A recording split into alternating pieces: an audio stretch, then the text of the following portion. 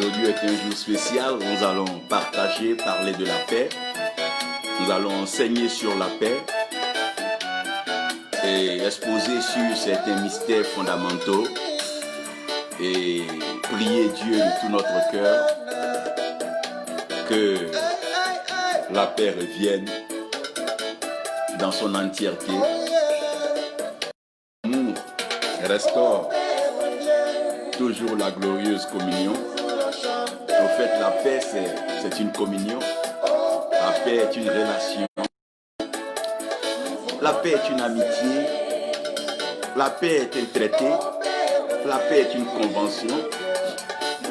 La paix est une restauration en elle-même. Parce que sans paix, il est impossible de pouvoir vivre, de pouvoir se développer, prospérer, émerger dans la dimension de la perfection.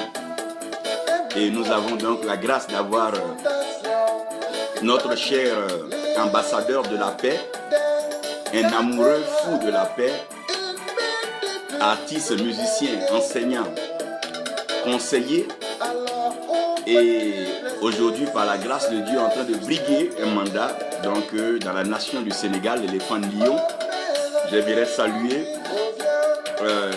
Tidio Aïe, de son vrai nom, Baïdi Samba Diop, un ami, un aîné avec qui j'ai passé de bon temps et j'ai vu en lui une pureté, une simplicité d'exposition. Et voici des hommes sur qui l'Afrique peut compter et des hommes sur qui le monde entier peut compter. Que Dieu te bénisse, Tidio. Il faut que la paix revienne et on n'a pas le choix. Nous devons tous mettre tout en œuvre, lier tous les démons possibles, nous débarrasser de toute forme d'intérêt personnel et d'égoïsme et laisser la paix régner, laisser la paix triompher. Nous avons tous besoin, parce que nous sommes tous coupables. Le fait que la paix s'éloigne, nous sommes tous coupables. Nous n'allons pas accuser des politiciens, nous n'allons pas accuser des leaders, nous n'allons pas accuser des hommes de tous bords, nous n'allons pas accuser l'Occident, nous n'allons pas accuser les colons, nous n'allons pas accuser tout ce monde. Il va falloir que la paix revienne. Et cela nous demande vraiment une profondeur, une méditation. Nous devons réfléchir, nous remettre en cause et nous adresser à qui de droit. Celui qui mérite donc de recevoir notre louange, notre adoration, notre soumission et notre humilité totale afin de voir les choses restaurées. Dieu créateur, maître suprême de l'univers, celui qui contrôle toutes choses, qui sait faire apparaître et faire disparaître, qui sait révéler, manifester et faire triompher ce qu'il a prévu. Nous avons un Dieu merveilleux, un Dieu grand, un Dieu bon. Nous savons, oui, il faut que la paix, nous avons besoin de la paix pour danser, pour chanter, pour partager les repas, pour voir les activités continuer, fleurir, voir des villes pousser. Oui, nous devons célébrer la paix. S'il y a quelque chose que nous devons rechercher de tout cœur, de tout notre être, de toute notre force, je crois que c'est la paix. À quoi servira la richesse sans paix? La prospérité sans paix? La preuve, on ne prospère pas sans la paix. À quoi servira le développement sans paix? À quoi servira les écoles, les universités, tout cela s'il n'y a pas de paix? Comment est-ce que le peuple sera en paix? Comment est-ce que les hommes pourront dormir en paix quand à côté dans le voisinage il y a des armes camouflées, il y a encore des haines, des rancunes qui ne disent pas son nom? Il va falloir que nous revenions à cela, à la paix. Oui, bien qu'on construise des cathédrales, des basiliques, tous ces centres, des mosquées, tous ces lieux pour pouvoir donc rechercher l'amour de Dieu, s'ils ne sont pas capables de reproduire donc cette paix que nous cherchons sur la création dans la vie, oh là là, nous aurons perdu notre mission. Et ma prière, c'est qu'aujourd'hui, chacun soit interpellé dans cette recherche de la paix et que la recherche de la paix soit notre, la mission de tout un chacun. Oui, nous avons besoin de la paix. Rien à dire, nous avons besoin de la paix. Inès Sono, que Dieu vous bénisse. Rosine Balma, que la grâce de Dieu repose sur vous. Nous prions pour la paix dans les nations, la prière de la paix dans le Gabon, la paix dans le Burkina Faso, la paix dans le Sénégal, la paix en Côte d'Ivoire, la paix au Niger, la paix au Rwanda, la paix en Algérie, au Maroc, la paix en Tunisie, la paix au Libye et tout ce que vous pouvez imaginer comme pays. Dans les pays d'Afrique centrale, nous prions surtout pour la Centrafrique, le Cameroun, le Gabon, la Guinée équatoriale. Et nous croyons que les deux Congos bénéficieront de cette paix. Nous n'avons plus le choix, nous devons présenter la paix comme elle est. Oui, il faut que la paix revienne. Oui, paix revient. Oh, paix revient, oui, revient. Nous voulons chanter. Oh, paix revient, oui, revient. Nous voulons danser. J'aimerais que vous dégustiez ces paroles profondes qui déjà présentent et placent le décor pour ce message partagé avec vous.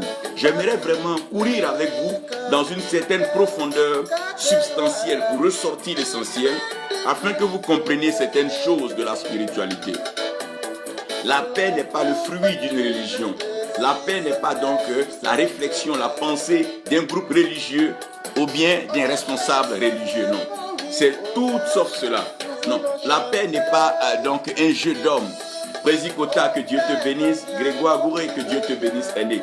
Vous devez ici vous laisser par cette mélodie et comprendre que sans la paix, nous ne pouvons pas danser, nous ne pouvons pas nous visiter, nous ne pouvons pas partager de bons repas, nous ne pouvons pas avoir des cérémonies, comment célébrer nos anniversaires, nos fêtes, comment même louer le Seigneur et contempler sa gloire, sa grâce, lorsque il y a des bruits de balles, des bruits de bombes, ça et là, des morts, des corps, des odeurs de cadavres et tout, avec l'odeur surtout cadavérique, comment est-ce que l'homme peut retrouver sa tranquillité, sa quiétude et sa paix? Comment est-ce qu'on pourra donc maximiser dans le potentiel, dans ce potentiel divin glorieux qui est donc investi en nous? Tout le monde est coupable. Tous ceux qui m'écoutent et tous ceux qui auront l'occasion d'écouter ce message, nous avons tout à mettre en œuvre pour que la paix revienne. Oui, le Biafra, on parle là du Rwanda et toutes ces crises-là, le Libéria, nous avons laissé ce pays se détruire, être consumé par la haine, la colère des uns et des autres. Nous aurons pu quelque part dire quelque chose, motiver quelque chose, démotiver quelque chose, pousser à une action meilleure. Nous ne laisserons plus les nations s'embraser. La paix doit être et la paix doit régner. Au besoin, nous invoquerons Dieu jusqu'à notre dernier souffle. Nous crierons haut à l'Éternel et nous demanderons, Seigneur, interviens, investis-toi, afin que la paix que tu aimes tant, la paix que tu as privilégiée, établie dans les cieux, s'accomplisse sur la terre des hommes. Oui, reviens. Nous voulons chanter. Oh oui, reviens. Oui, il faut que la paix revienne. Nous aurons donc toujours en fond sonore cette mélodie, merveilleuse mélodie. Et je vous rappelle que Tidio a composé cette mélodie depuis plusieurs années. Et le temps est venu donc pour les continents de pouvoir déguster une telle mélodie. Aujourd'hui, je veux rapidement vous enseigner, sinon partager avec vous. Roger Nadinga, que Dieu te bénisse, que sa grâce repose sur toi, que sa paix soit avec toi. J'aimerais donc vous emmener aujourd'hui à comprendre que l'amour restaure la glorieuse communion. Et il y a toujours de l'espoir pour un peuple qui croit. Ça veut dire que nous devons toujours croire jusqu'au bout et croire avec notre dernière énergie. Je ne pense même pas que nous devons prendre notre dernière énergie pour condamner. Non. La dernière énergie doit nous amener à croire. Parce qu'en condamnant, en général, nous ne changerons pas la situation. Mais en espérant, en croyant, nous poussons la situation, bien que mauvaise, à devenir meilleure. Donc notre dernière énergie, notre dernier souffle doit plutôt servir à persévérer, à rechercher la paix. La foi et l'espérance se rapportent toujours à l'amour. Il est difficile de croire et d'aimer quelqu'un qu'on aime. Donc si nous pouvons croire, nous pouvons espérer, c'est tout simplement parce que nous espérons et nous croyons en l'amour. Et c'est l'amour de Dieu qui se manifeste dans sa plénitude. C'est cet amour-là qui vient vers nous pour nous rendre à l'image et à la ressemblance de Dieu. Sinon, l'espèce, la nature, le caractère, le comportement animal en l'homme ne permet en aucun cas à l'homme de pouvoir réconcilier, concilier, mettre ensemble et donc faire la paix. Il va falloir quelque chose de plus profond, de plus puissant pour que nous arrivions à ce stade. C'est ce que nous appelons donc l'amour. C'est ce divin en nous qui nous permet de dire non, j'aurais bien voulu, mais non, à cause de et pour le Seigneur, je ne le ferai pas. Donc l'amour nous amène aux retenues, à la réflexion, à la pensée et à la méditation avant de poser des actes. Donc, sachez que l'amour croit en tout temps et l'amour espère en tout temps. C'est ce qui est beau avec l'amour. L'amour croit en tout temps et l'amour espère en tout temps. Moi, je crois toujours que la paix régnera en Afrique, la paix régnera dans les nations et la paix régnera dans les continents. Révérend Seka Roger, que Dieu te bénisse, est né dans la foi et que la grâce de Dieu soit toujours avec toi, ton épouse, pour l'œuvre que vous accomplissez. Donc, l'amour espère en tout temps parce que l'amour croit en tout temps. L'amour est fidèle en tout temps. Oui, l'amour est fidèle en tout temps. Mama Monivi, God bless you. The grace of God be upon you, Bishop. We love you. We appreciate the great work you are doing in Nigeria, all over the world, teaching evangelists how to win souls and build the kingdom. That's a great, great, mighty work. We pray and we always support you.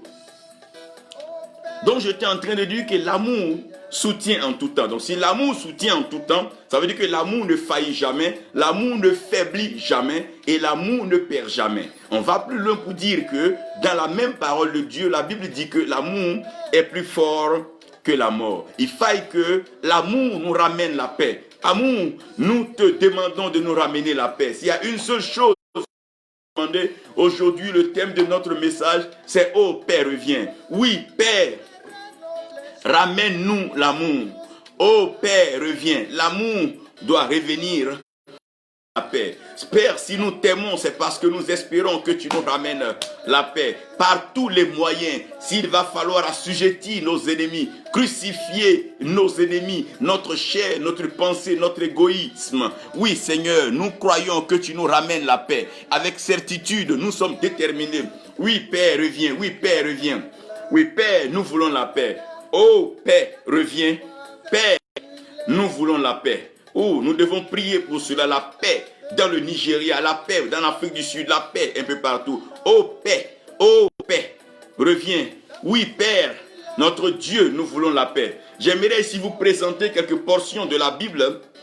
Genèse 1, verset 26, verset 28. Au fait, chaque parole de Dieu, chaque bénédiction de Dieu ne peut pas s'accomplir si certaines choses ne sont pas comprises. Dieu dit, faisons l'homme à notre image et selon notre ressemblance. Et si je fais l'homme à mon image et selon ma ressemblance, l'homme doit être quoi? L'homme doit être fécond. L'homme doit pouvoir se multiplier. Et si l'homme se multiplie, il doit pouvoir donc remplir, donc recouvrir. Si l'homme arrive à faire cela, il va assujettir et dominer.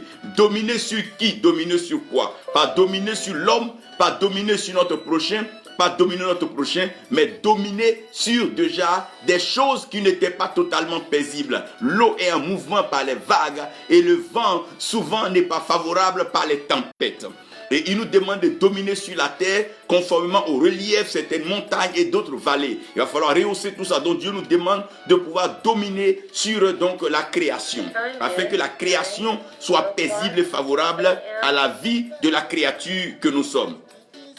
Abraham entre en alliance avec Dieu et Dieu bénit Abraham. Le fait que Dieu bénisse Abraham devait dire qu'Abraham devait avoir la paix. Mais vous allez comprendre que la bénédiction de l'Éternel est la parole de Dieu. Elle n'implique pas directement la paix. Parce que la paix n'est pas un don. Je vous expliquerai ça quand j'enseignerai ce message.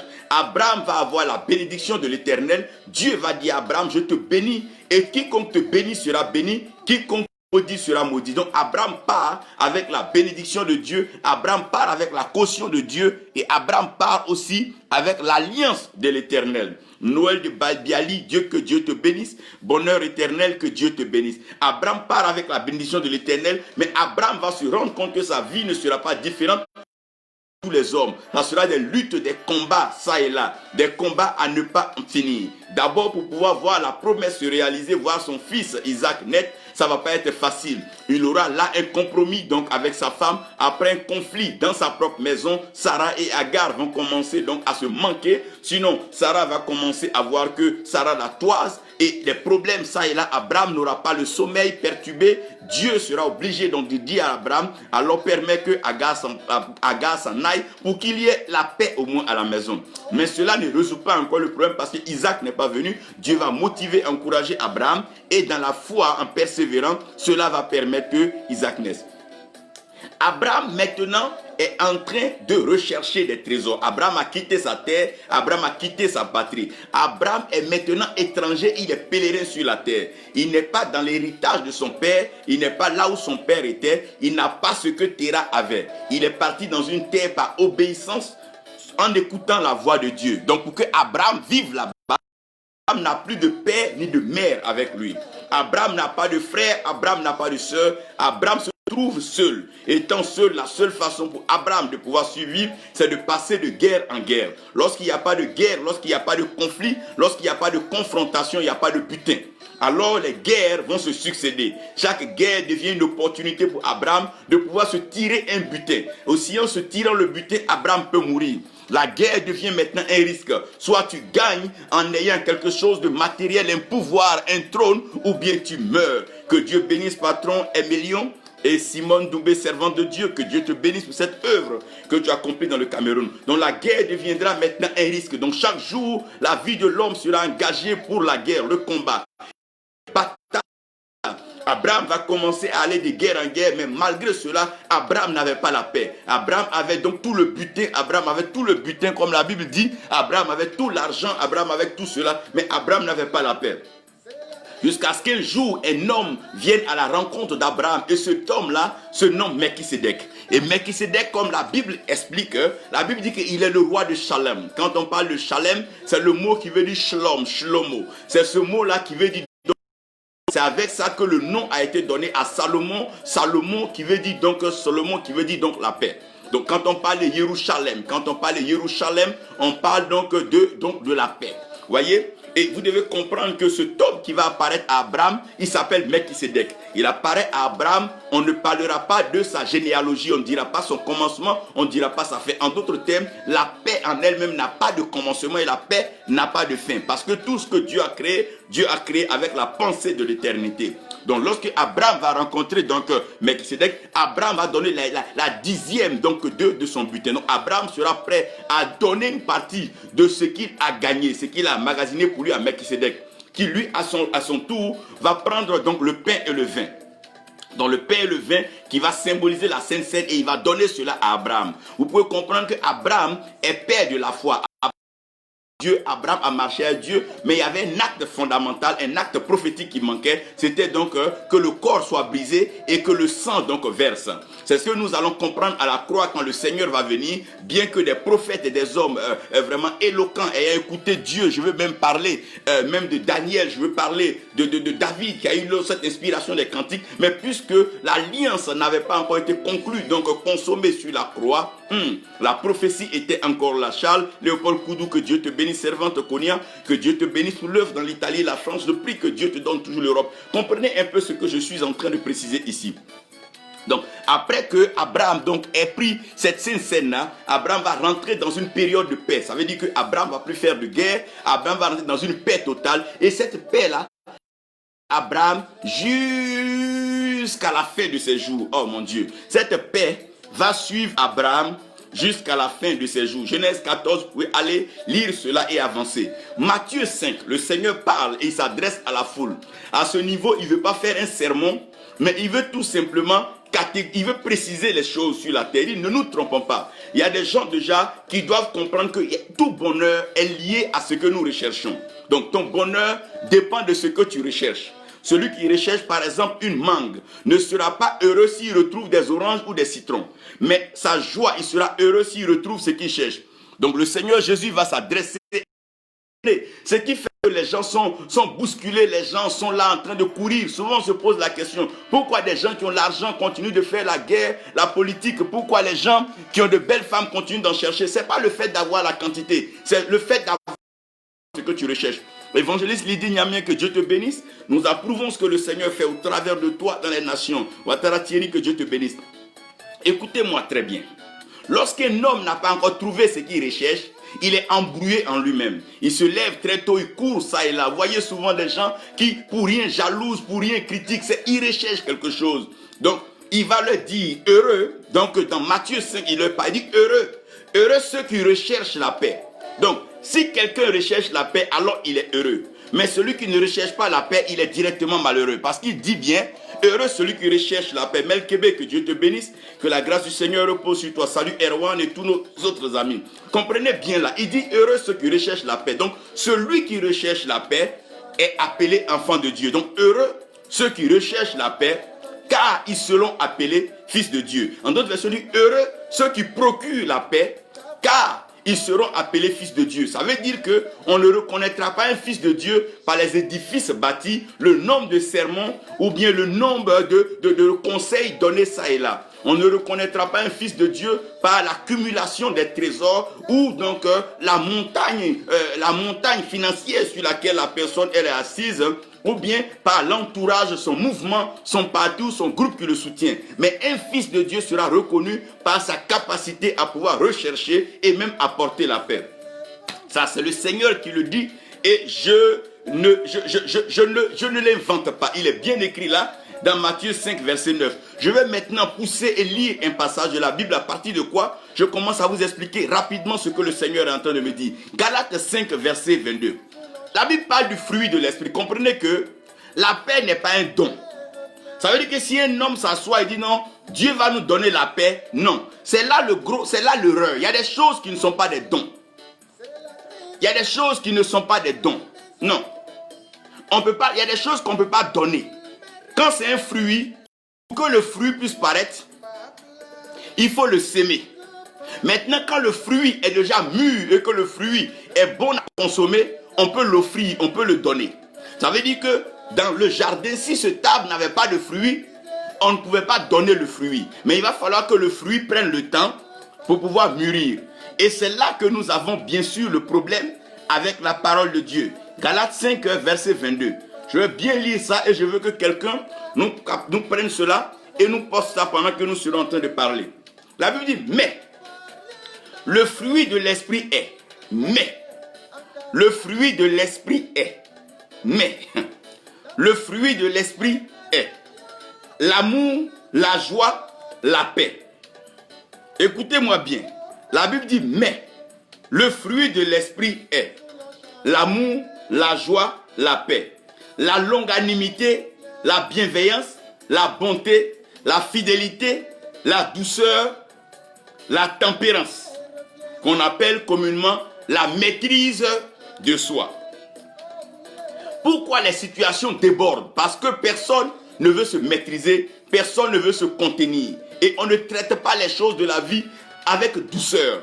On n'approche pas cela avec sagesse. Et malheureusement, ce fruit formidable, donc, le fruit qui est donc la paix, finit. Et nous prions, Père éternel, Père céleste, tu as l'autorité spirituelle suprême.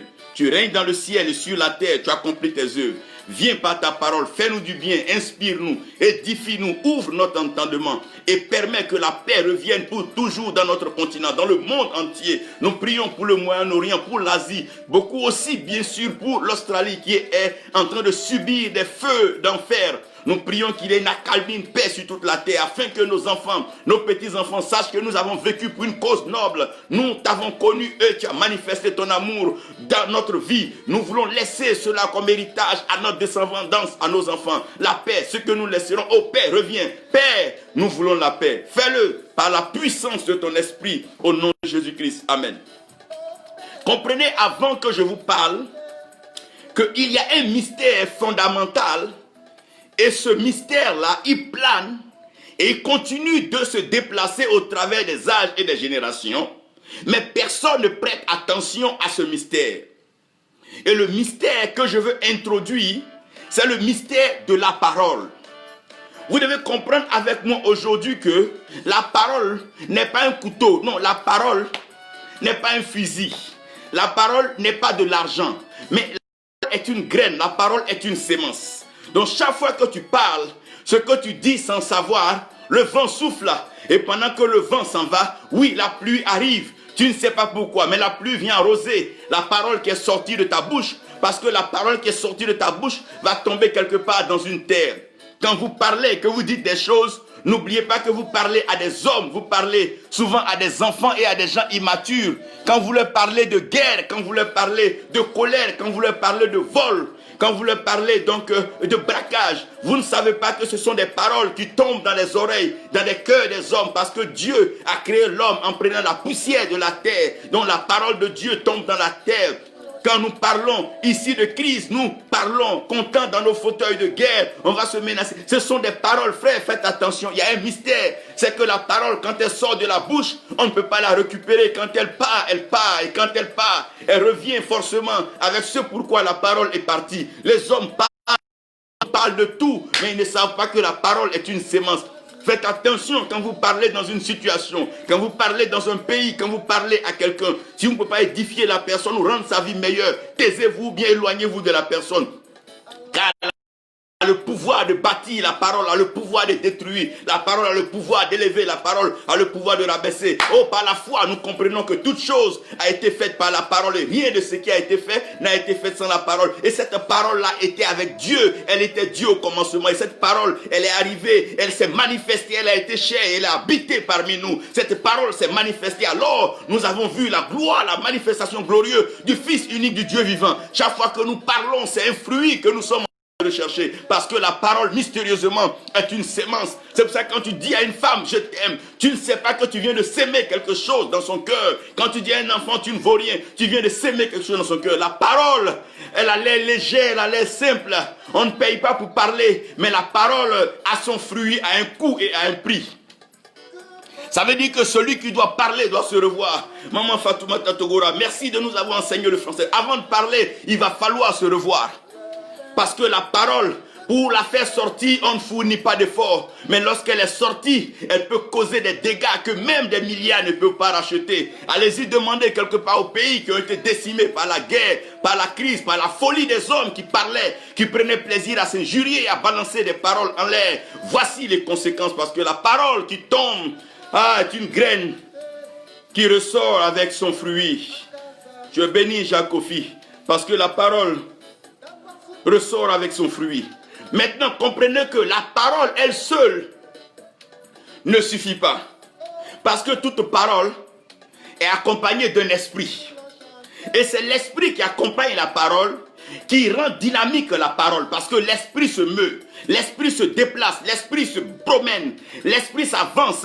L'esprit est comme le vent qui se promenait à la surface des eaux. N'oublie pas que la parole qui sort de ta bouche est accompagnée d'un esprit. Quand tu parles de guerre, des esprits guerriers entendent leur nom et disent, mais tiens, quelqu'un m'appelle là. Qui a besoin de moi? Quand tu parles de la pauvreté, l'esprit qui s'attache à la pauvreté est excité. Mais qui vient de m'appeler? Les esprits, oh, la parole invoque un esprit, parce que la parole est esprit. La parole est esprit. Quand tu parles sur tes enfants, tu dis tu es béni. C'est un esprit que tu mets sur leur vie. Quand tu dis toi tu vas réussir, c'est un esprit de réussite, c'est l'esprit. Écoutez-moi bien, la parole est esprit. Oui, parce que dans le mystère de la parole, il y a l'esprit. C'est pour ça que quand tu dis à quelqu'un tu es guéri, et puis l'esprit de la guérison entre dans la personne. Quand tu dis à quelqu'un lève-toi et marche, l'esprit l'esprit de la vigueur, l'esprit qui redonne, qui redynamise les muscles et les nerfs, se met en mouvement. Oui, l'esprit. Chaque parole est accompagné d'un esprit. C'est pour ça qu'un homme qui a une double pensée a du mal à voir sa parole s'accomplir. Parce que quel esprit va accompagner la parole? Il te dit je t'aime alors que dans son cœur, il nourrit la haine, la méchanceté, la colère contre toi. Faites attention, la parole, mon Dieu, est accompagnée d'un esprit. C'est pour ça que vous voyez souvent des gens au village dire tel va voir. Et puis quelque chose lui arrive. Mais parce que la parole est accompagnée d'un esprit, s'il vous plaît. Toute parole est accompagnée d'un esprit. Frère, toute parole est accompagnée d'un esprit. Et aussi dans le mystère, je vais vous annoncer que l'esprit vit. L'esprit est immortel, l'esprit est éternel. Donc quand une parole sort, la parole part avec son esprit. Et comme l'esprit vit, la parole vivra. Quand tu cèdes une parole, cette parole part. l'esprit. Et comme l'esprit vit, la parole aussi vivra. Quand on dit la paix régnera dans notre nation, cette parole part avec l'esprit de paix. Et comme la paix, oh mon Dieu, est un esprit, que l'esprit est immortel, la paix vivra. Quand on prononce la grâce sur ta vie, cette parole-là va avec l'esprit, donc de la grâce. Et comme l'esprit, oh mon Dieu, vit éternellement, oui,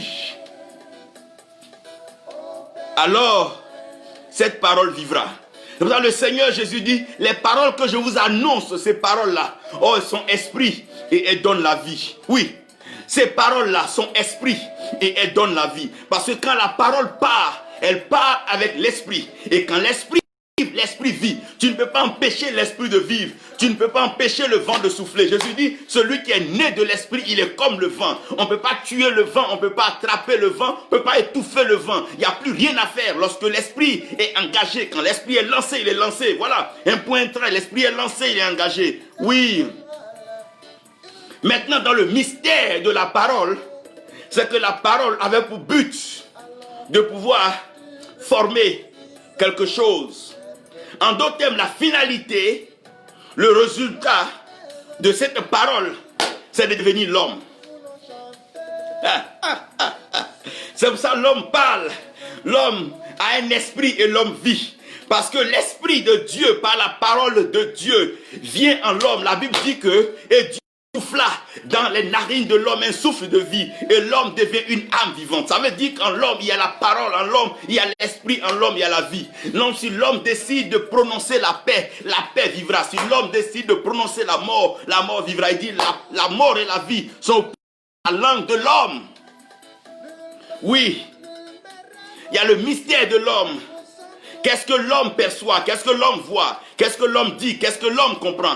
Il faut comprendre cela. Si vous voulez approcher Dieu, vous devez comprendre le mystère de la parole, le mystère de l'esprit, le mystère de la vie et le mystère de l'homme. Il dit, Dieu a tant aimé le monde qu'il a donné son Fils unique. Ça, c'est un homme. Et quiconque croit en lui, l'homme encore ne périsse point, mais qui est la vie éternelle. Au fait, le bonheur pour Dieu, c'est que l'homme vive pour l'éternité. Parce que la présence, la vie de l'homme équilibre la relation de Dieu. Parce que Dieu ne parlera pas avec les animaux, les herbes et du tout avec la création. Mais Dieu veut parler avec son image, sa ressemblance de la même façon qu'il n'était pas bien pour l'homme d'être seul. Dieu veut communier avec l'homme.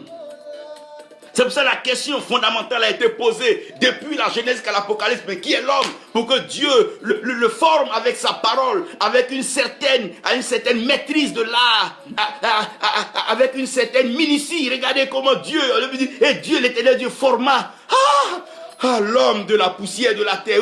Et l'éternel Dieu, mon Dieu, et Dieu les créa. Oh mon Dieu, oh mes femmes. Dieu tellement a pris du temps pour créer l'homme, pour dire que Dieu ne voulait pas être seul lui aussi.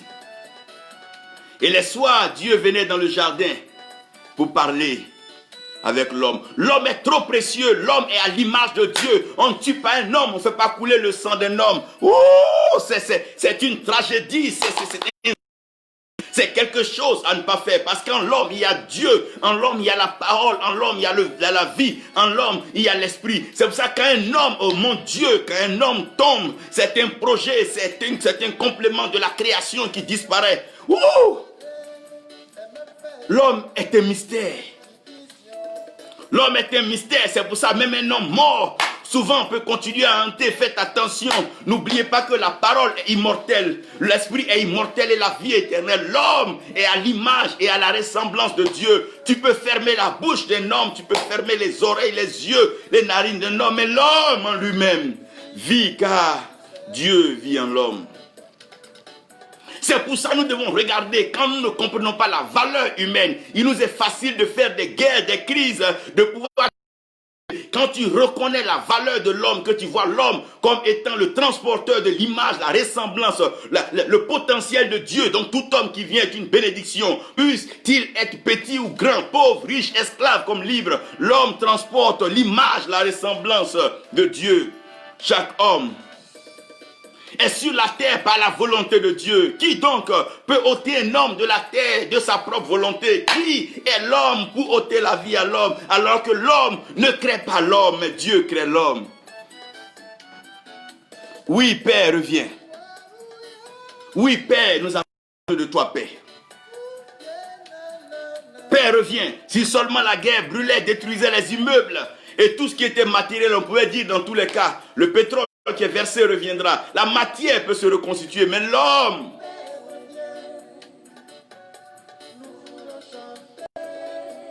Et si vous avez compris ce mystère, la parole, l'esprit, la vie et l'homme, je vous envoie dans le principe maintenant de la sémence.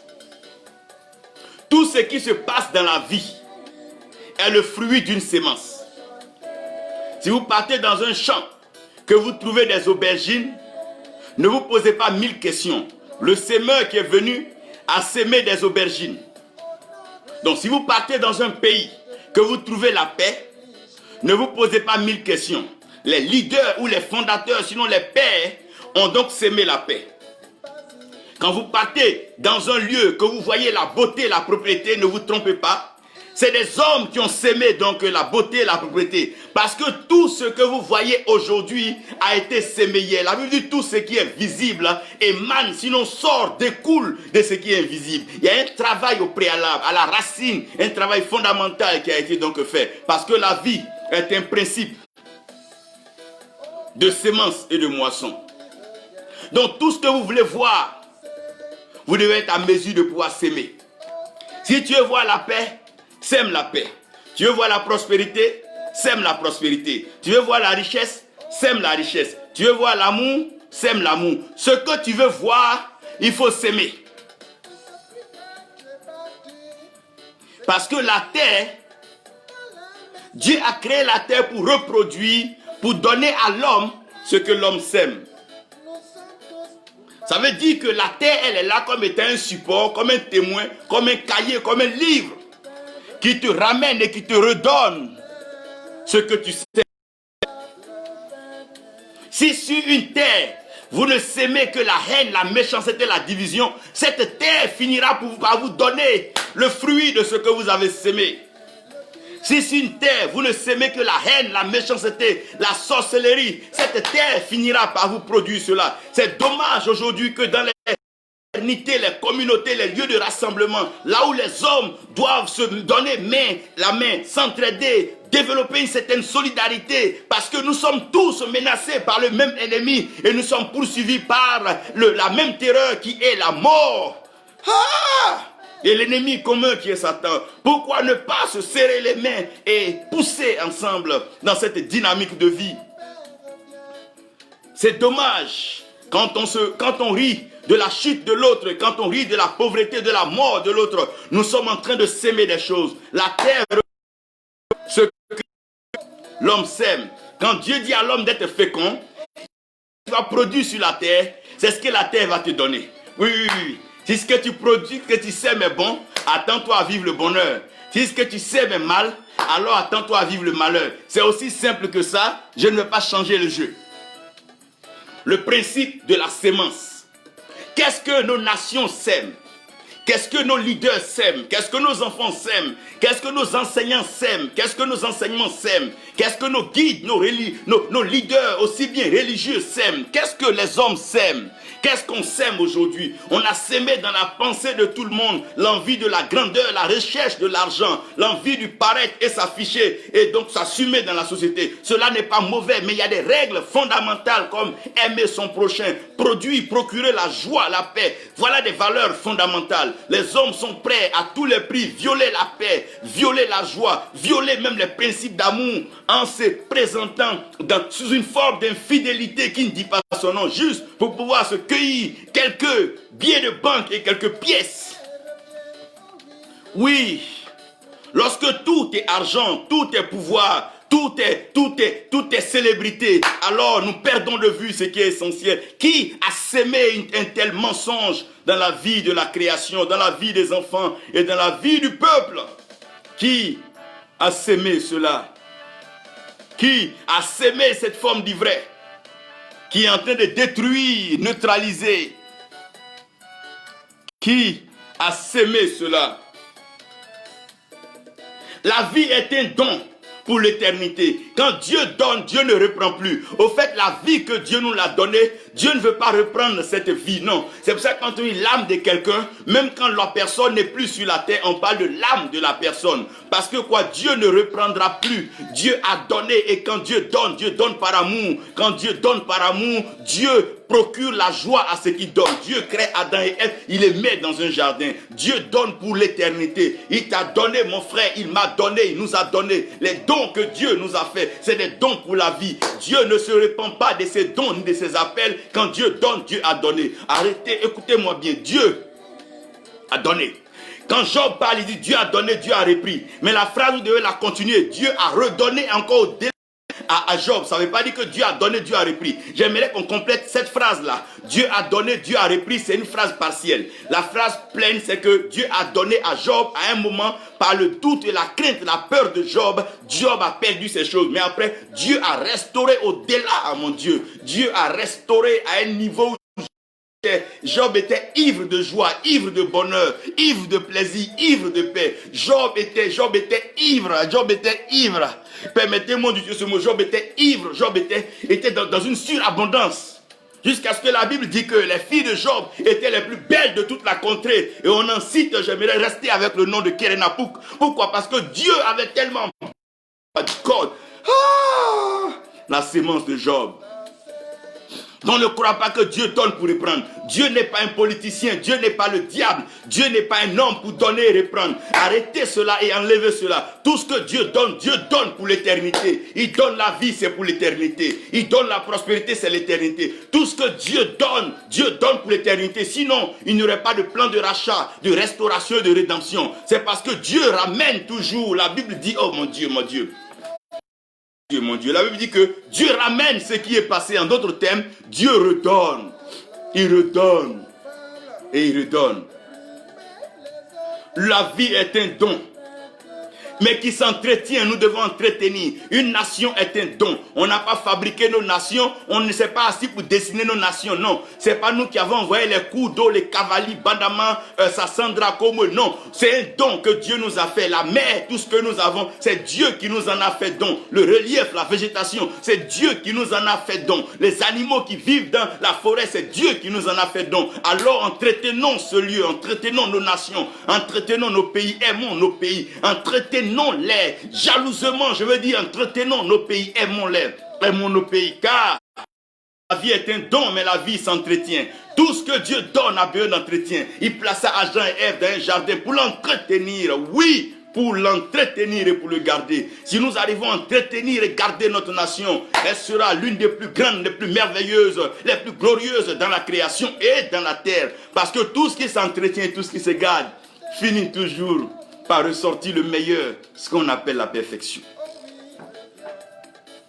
Le fruit n'est jamais un don, parce que le fruit est un processus. Lorsque vous voulez avoir un fruit, vous devez s'aimer. Si vous ne s'aimez pas, mon cher ami, vous n'aurez jamais de fruit. Non. Si vous ne s'aimez pas, vous n'aurez jamais de fruit. Si rien n'est sémé, il n'y aura pas de fruit. Donc, le fruit n'est pas un don. Ça veut dire le fruit de l'esprit est la paix. Ça veut dire que pour pouvoir cueillir la paix, il faut s'aimer la paix. Pour pouvoir cueillir la paix, bien sûr, il faut s'aimer la paix. Si la paix n'est pas s'aimée,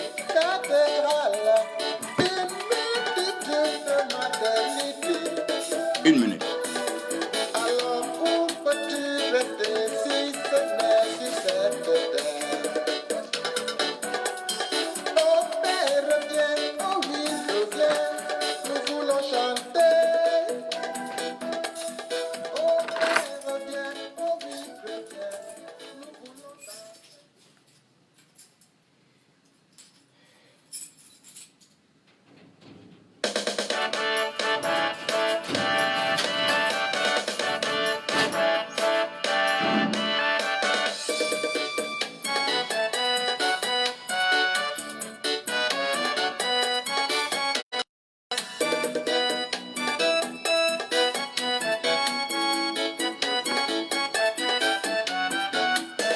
Excusez, nous avons une coupure d'électricité.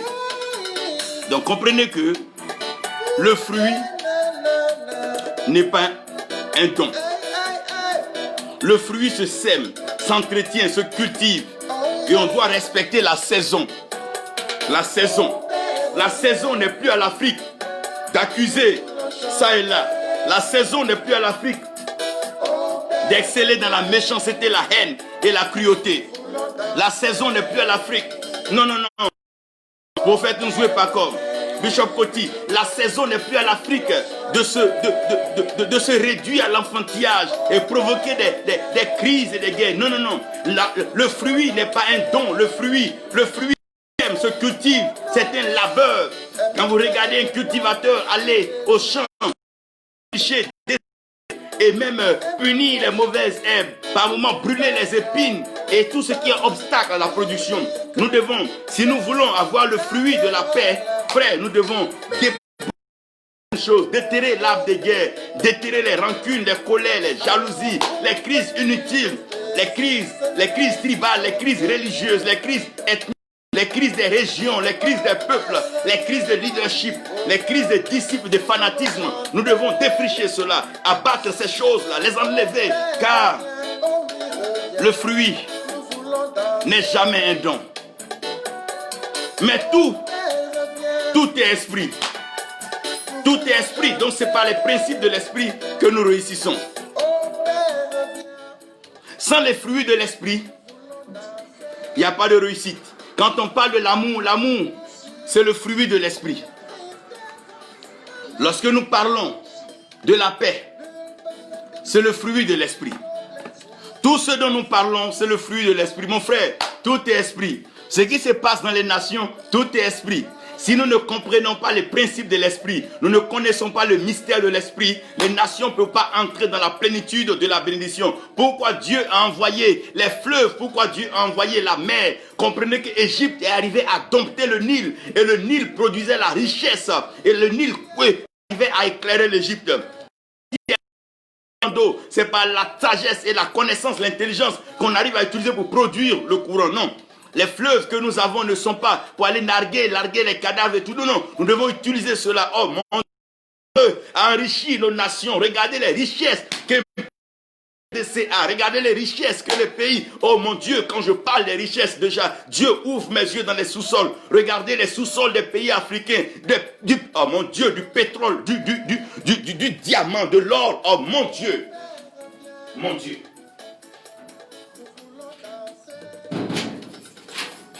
Mon Dieu, inexplicable. Inexplicable. Quand nous regardons le potentiel que Dieu a donné à l'homme, des géomètres, des architectes, des avocats, des consultants, des financiers, des économistes. Oh, Dieu a tellement béni la création. Pourquoi avec toutes ces connaissances, toutes ces richesses, le fruit a du mal à sortir? Ça veut dire que nous ne s'aimons pas. Nous ne s'aimons pas la bonne graine. Nous ne sémons pas la bonne graine. Je suis étonné et surpris quand quelqu'un qui a fait de bonnes études, qui a une connaissance et qui connaît la gravité de la mort, des querelles, des conséquences des guerres, qui peut savoir un peu quels sont donc les effets néfastes d'une crise, d'une bombe atomique et tout, et qui prend plaisir à activer, à s'aimer des paroles de haine, de méchanceté et à prendre plaisir à activer cela à petit feu. Que veut-il obtenir?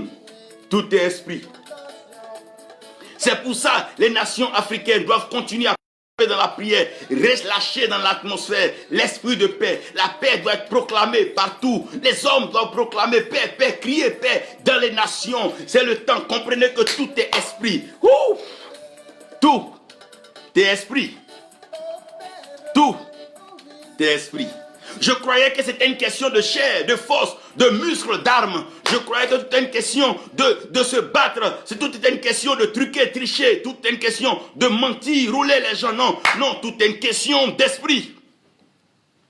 C'est une question d'esprit. Oui. Parce que la sémence, elle est spirituelle. Et la moisson, elle est spirituelle. C'est avec ça qu'on peut mieux t'expliquer les liens de ce qu'on appelle l'action et la réaction. L'effet et sa cause. Maintenant, puisque tout est esprit, et que le fruit est un don, quel est vraiment le problème de l'humanité? Quel est le problème de l'homme? Quel est le problème de nos nations? Quel est le vrai problème des peuples? Le premier problème, c'est l'incompréhension. Lorsqu'il y a une incompréhension, on opte pour la rupture. Ce n'est pas parce qu'un homme et une femme ne se sont pas compris qu'ils doivent... C'est dommage. Ce n'est pas parce que deux personnes ne se sont pas compris sur une activité, sur un projet qu'ils doivent rompre. Non. Ce n'est pas parce que deux leaders ne se sont pas compris sur une façon de faire une chose qu'ils doivent penser à la rupture. C'est là l'erreur. C'est là l'erreur des hommes. Et c'est là l'erreur des systèmes. C'est là l'erreur des politiques. C'est même l'erreur. Beaucoup de religions, c'est là l'erreur. On peut ne pas se comprendre, mais maintenir notre lien. Parce que l'incompréhension est tout simplement facteur du temps et de la maturité. Sinon, ce que la mère dit, souvent l'enfant, le bébé ne comprend pas. Mais elle n'a pas la relation avec le bébé, mais elle permet au bébé de grandir, procéder au lait, après aux aliments, avant d'arriver aux aliments durs jusqu'à croquer les os. Donc nous devons comprendre que si aujourd'hui il y a l'incompréhension, c'est tout simplement parce que nous sommes à la maternelle, nous sommes au stade des enfants. On peut être âgé sans avoir une bonne compréhension de la vie. On peut avoir 40 ans, 50 ans d'une activité sans toutefois la comprendre. Faites attention. Le nombre d'années que nous passons, les titres que nous portons ne garantissent pas la compréhension. La compréhension passe par quoi? Par la révélation. La révélation passe par quoi? C'est que nous expérimentons. Celui qui sait par exemple que le lion est dangereux et celui qui a expérimenté le lion n'ont pas la même façon de décrire le danger que produit le lion. Parce que celui qui entend ne vit pas le stress, n'est pas donc dans cette panique, dans cette grande peur qu'on va appeler d'ailleurs la Hans. Vous devez comprendre ici. Vous devez comprendre. L'incompréhension ne produit pas la rupture. Malheureusement, quand des leaders politiques ne se comprennent pas, ils pensent à rompre. Quand des hommes ne se comprennent pas, ils pensent à rompre. Non, la rupture ne vient pas aider l'incompréhension. Mais la rupture vient tout simplement provoquer une chute. Parce que lorsque deux personnes qu'elles arrivent donc à se séparer, chacune des personnes pense que l'autre va exposer ce qu'elle a. Donc la chute va commencer. Chacun va planifier la chute du camp de l'autre. Et après la chute, nous arrivons à ce qu'on appelle la destruction. Dans le jardin, sinon dans le ciel, je vais commencer par là-bas, ils se comprenaient tous. À un certain moment, il y a une incompréhension. Certains pensaient que le trône était tournant. Donc si le trône était à Dieu, à un certain moment, ça lui reviendra après. Non mais Dieu est Dieu. Il est le roi des rois. Il est le maître suprême de l'univers. On ne peut pas lui voler cela. Dieu est Dieu. Les hommes peuvent changer. Tout peut changer. Tout peut évoluer. Tout peut subir une mutation. Tout peut connaître un renouvellement. Mais Dieu est Dieu. Oh mon Dieu. J'aime cette parole. Ézéchiel dit, tu as une roue dans une roue. Et je vais aller plus loin. Commencement d'éternité en éternité, tu es Dieu et il n'y a rien comme toi, il n'y a personne comme toi, tu es inchangeable, tu changes les situations mais tu ne changes pas. David dit ainsi, il dit, oh Dieu, pour toujours dans le ciel, ta parole est établie, ton trône est éternel, oh mon Dieu, ton trône est éternel. Ça veut dire qu'il n'y a pas de vote, il n'y a rien pour accéder au trône de Dieu. Dieu est Dieu et Dieu est assis sur son trône. Donc il n'est pas question d'aller corrompre les anges, des anges là pour aller. Donc non, chez Dieu ce n'est pas la diplomatie, ce n'est pas un lieu où on vient réfléchir. Dieu a déjà sa sagesse, son intelligence et Dieu est en train d'exécuter le plan que Dieu a. Il n'est plus question que Lucifer ou les anges et les archanges viennent encore comploter pour chercher à donc prendre ce trône. Il y a une incompréhension. Dans la vision de quelqu'un, sinon, comme tu as été laissez les choses aller comme Dieu les veut. l'incompréhension, malheureusement, a provoqué la rupture. Il y a une rupture. Au lieu d'être présent, Lucifer, Lucifer qui mettait le sceau à la perfection de ce que Dieu avait créé, la Bible dit qu'il était l'ange de lumière. Et puisqu'il est l'ange de lumière, il doit emporter la lumière là où Dieu est. Mais la Bible dit au commencement, Dieu créa les cieux, la terre était informe et vide. Et à la surface de la terre, à la surface des abîmes, il y avait les ténèbres. Mais pourquoi il y avait les ténèbres? Parce que l'ange de lumière refusait de venir avec la lumière. Alors Dieu a compris que l'incompréhension a provoqué la rupture. On attendait Lucifer pour envoyer la lumière. Il n'a pas envoyé la lumière. Dieu a pris sur lui la responsabilité pour dire que la lumière soit. Oh Dieu, la Bible dit, il amène à existence ce qui n'existe pas. L'éternel Dieu amènera la paix, sèmera la paix, établira la paix dans nos nations, que les hommes veuillent ou pas. Oh, oh, oh, reviens, Dieu Père, nous voulons la paix. Ce qui n'existe pas, il l'amène. Ce qui est déplacé, il le replace. Ce qui a été rabaissé, il le rehausse. Ce qui a été dévalué, il révalorise et il glorifie cela. Dieu tire l'homme de la poussière